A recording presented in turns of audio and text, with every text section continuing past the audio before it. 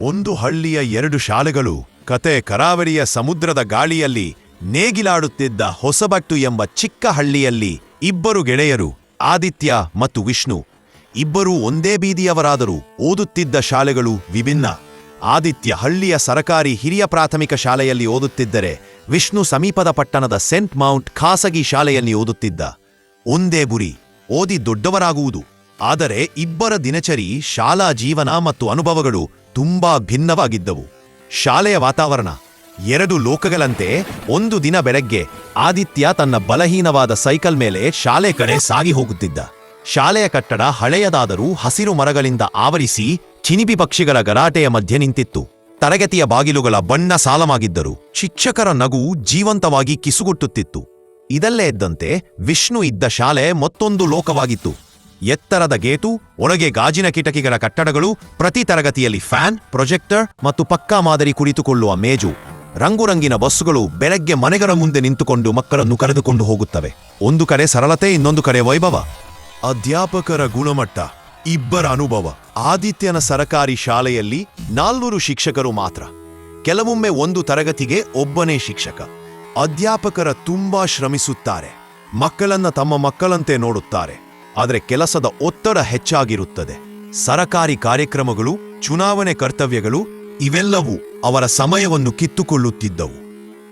ವಿಷ್ಣುವಿನ ಶಾಲೆಯಲ್ಲಿ ಶಿಕ್ಷಕರು ಸಂಖ್ಯೆಗೆ ಹೆಚ್ಚು. ಪ್ರತಿಯೊಂದು ವಿಷಯಕ್ಕೆ ಪ್ರತ್ಯೇಕ ಶಿಕ್ಷಕರು. ಕೆಲವರು ಇಂಗ್ಲಿಷ್ನಲ್ಲಿ ಚೆನ್ನಾಗಿ ಬೋಧಿಸುತ್ತಿದ್ದರು, ಕೆಲವರು ಹತ್ತಿರಗೊಳ್ಳದಷ್ಟು ಕಠಿಣ. ಆದರೆ ಶಾಲೆಯ ನಿಯಮಗಳು ಕಠಿಣವಾಗಿದ್ದುದರಿಂದ ತರಗತಿಯ ನಿರ್ವಹಣೆ ಪಕ್ಕಾ. ಪ್ರತಿಯೊಬ್ಬ ಶಿಕ್ಷಕರು ಮಕ್ಕಳ ಫಲಿತಾಂಶ ನೋಡಿಕೊಂಡೇ ಮೌಲ್ಯಮಾಪನ ಮಾಡುತ್ತಿದ್ದರು. ಕಲಿಕೆಯ ಶೈಲಿ ವ್ಯತ್ಯಾಸ ಸ್ಪಷ್ಟವಾಗುತ್ತಿತ್ತು. ಆದಿತ್ಯನ ಶಾಲೆಯಲ್ಲಿ ಬ್ಲಾಕ್ ಬೋರ್ಡ್ ಮತ್ತು ಪುಸ್ತಕವೇ ಮುಖ್ಯ. ಶಿಕ್ಷಕರು ಪ್ರಸಂಗ ಹೇಳುತ್ತಾ, ಉದಾಹರಣೆಗಳನ್ನು ಕೊಡುತ್ತಾ ಮಕ್ಕಳಿಗೆ ತಿಳಿಸುತ್ತಿದ್ದರು. ಕೆಲವೊಮ್ಮೆ ಸ್ಮಾರ್ಟ್ ಕ್ಲಾಸ್ ಬರುವುದಷ್ಟೇ ಹೊರತು ಜಾಸ್ತಿ ಉಪಕರಣಗಳು ಇರಲಿಲ್ಲ. ಆದರೆ ಮಕ್ಕಳ ಸೃಜನಾತ್ಮಕತೆ ಮಿತಿಯಾಗಿರಲಿಲ್ಲ. ಹೊಲಕ್ಕೆ, ಬಣೆಗೆ, ಹಳ್ಳಿಗೆ ಹೋಗಿ ಉದಾಹರಣೆಗಳನ್ನು ಸಂಗ್ರಹಿಸುತ್ತಿದ್ದರು. ವಿಷ್ಣುವಿನ ಶಾಲೆಯಲ್ಲಿ ಹೊಸತನೇ ಕಲಿಕೆ. ಸ್ಮಾರ್ಟ್ ಬೋರ್ಡ್, ಪ್ರೊಜೆಕ್ಟರ್, ಪ್ರಾಯೋಗಿಕ ಕೊಠಡಿ ಎಲ್ಲವೂ ಇದ್ದವು. ಪರೀಕ್ಷೆಗಳು ಹೆಚ್ಚು, ಹೋಂವರ್ಕ್ ಹೆಚ್ಚು, ಓದುವ ಒತ್ತಡವೂ ಹೆಚ್ಚು, ಅಂಕಲಗೆ ಮಹತ್ವ ಹೆಚ್ಚು. ಮಧ್ಯಾಹ್ನದ ಊಟ ಮತ್ತು ಸೌಲಭ್ಯಗಳು. ಸರ್ಕಾರಿ ಶಾಲೆಯಲ್ಲಿ ಮಧ್ಯಾಹ್ನದ ಅನ್ನ, ಬಿಸಿ ಬಿಸಿ ಕಾಯಿ ಪಲ್ಯ. ಅನೇಕ ಬಡ ಮಕ್ಕಳು ಶಾಲೆಗೆ ಬರುತ್ತಿದ್ದರು. ಆದಿತ್ಯ ಕೂಡ ಅದನ್ನೇ ತಿನ್ನುತ್ತಿದ್ದರು. ಕೆಲವೊಮ್ಮೆ ಊಟ ರುಚಿಯಾಗಿರುತ್ತಿತ್ತು, ಕೆಲವೊಮ್ಮೆ ಇಲ್ಲ, ಆದರೆ ಹೊಟ್ಟೆ ತುಂಬುತ್ತಿತ್ತು. ವಿಷ್ಣು ತನ್ನ ಟಿಫಿನ್ ಬಾಕ್ಸ್ನಲ್ಲಿ ಮನೆಯವರು ತಯಾರಿಸಿದ ಊಟ ತಿನ್ನುತ್ತಿದ್ದರು.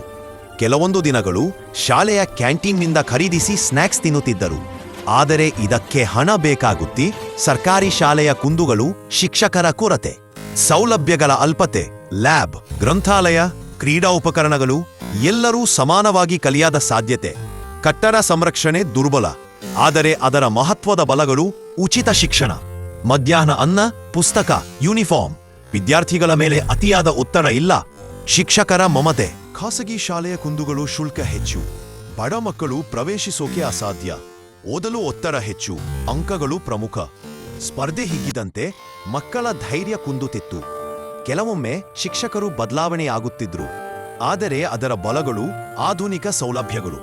ಉತ್ತಮ ಇಂಗ್ಲಿಷ್ ಮತ್ತು ಸಂವಹನ ಕೌಶಲ್ಯದ ವಾತಾವರಣ. ಪ್ರತ್ಯೇಕ ವಿಷಯ ಶಿಕ್ಷಕರು. ಕ್ರೀಡೆ, ಕಲಾ, ಸಂಗೀತಕ್ಕೆ ಅವಕಾಶ. ಅವು ಒಂದು ವಿಶೇಷ ಘಟನೆ. ಒಂದು ದಿನ ಬೆಟ್ಟದ ಪಾರ್ಶ್ವದಲ್ಲಿ ದೊಡ್ಡ ಶಾಲಾ ಪ್ರದರ್ಶನ ಏರ್ಪಡಿಸಲಾಯಿತು. ಎರಡೂ ಶಾಲೆಗಳು ಭಾಗವಹಿಸುತ್ತಿದ್ವು. ಆದಿತ್ಯ ಮತ್ತು ವಿಷ್ಣು ಒಂದೇ ವಿಜ್ಞಾನ ಪ್ರದರ್ಶನದಲ್ಲಿ ಸ್ಪರ್ಧಿಗಳು. ವಿಷ್ಣು ಬಹಳ ಆಕರ್ಷಕ ಮಾದರಿ ತಯಾರಿಸಿದ್ದ. ಬಣ್ಣ ಬಣ್ಣದ ಲೈಟ್ಗಳು, ಚಲಿಸುವ ಕಾರುಗಳು, ನೋಡಿದವರಿಗೆ ಮೆಚ್ಚುಗೆ.